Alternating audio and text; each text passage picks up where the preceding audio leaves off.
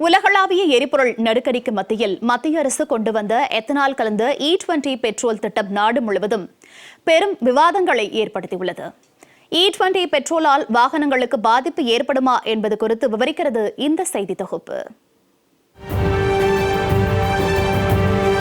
உலகளவில் ஏற்பட்டுள்ள போர் சூழல்கள், கச்சா எண்ணெய் தட்டுப்பாடு மற்றும் விலை உயர்வு போன்ற நெருக்கடிகளுக்கு நடுவே தனது எரிசக்தி தேவையை பூர்த்தி செய்ய மாற்று வழிகளை நோக்கி இந்தியா வேகமாக நகர்ந்து வருகிறது.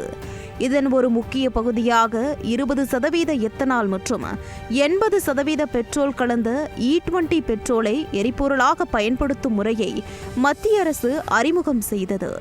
எத்தனால் கலந்த பெட்ரோல் பயன்பாடு வாகன ஓட்டிகள் மத்தியிலும் அரசியல் வட்டாரத்திலும் பெரும் விவாதங்களை ஏற்படுத்தியுள்ளது.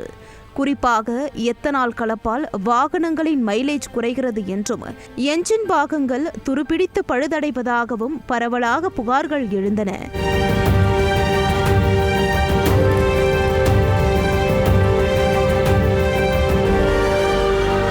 ஆனால் இந்த குற்றச்சாட்டுகளை மத்திய சாலை போக்குவரத்து துறை அமைச்சர் நிதின் கட்கரி திட்டவட்டமாக மறுத்தார். எத்தனாலின் குறைந்த கலோரி மதிப்பு காரணமாக அதிவேக நெடுஞ்சாலைகளில் மிக குறைந்த அளவில் மைலேஜ் குறைய வாய்ப்புள்ளதே தவிர என்ஜின் பழுதடையாது என்று அவர் விளக்கம் அளித்துள்ளார். மாருதி சுசுகி, ஹீரோ மோட்டோகார் போன்ற முன்னணி நிறுவனங்களும் தங்களின் வாகனங்கள் E20 எரிபொருளுக்கு முற்றிலும் இணக்கமானவை என்றும் என்ஜினுக்கு எந்த பாதிப்பும் ஏற்படாது என்றும் கூறியுள்ளன. இதனிடையே E20 பெட்ரோல் குறித்தும் மத்திய அமைச்சர் குறித்தும் சமூக ஊடகங்களில் தவறான அவதூறுகளை பரப்பிய யூடியூபர் மனிஷ் காஷ்யப் உள்ளிட்ட 4 பேர் மீது நாக்பூர் போலீசார் வழக்கு பதிவு செய்துள்ளனர்.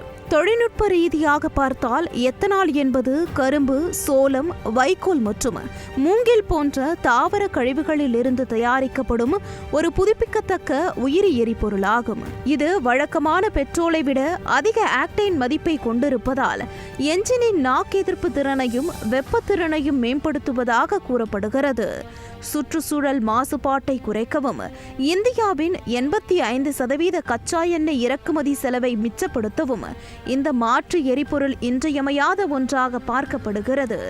மேலும் இது விவசாயிகளுக்கு கூடுதல் வருமானத்தை வழங்கி கிராமப்புற பொருளாதாரத்தையும் பலப்படுத்தும் எனவும் வல்லுநர்கள் கூறுகின்றனர். உலகளாவிய காலச்சூழல் மற்றும் எரிபொருள் தட்டுப்பாட்டை கருத்தில் கொண்டு இந்தியாவில் உள்ள பெரும்பாலான மக்கள் தற்போது மின்சார வாகனங்களுக்கு மாறிவரும் நிலையில் இந்த எத்தனால் கலந்த பெட்ரோல் பயன்பாடும் ஒரு கட்டத்தில் ஏற்கப்படும் என்பதே காலத்தின் கட்டாயம்.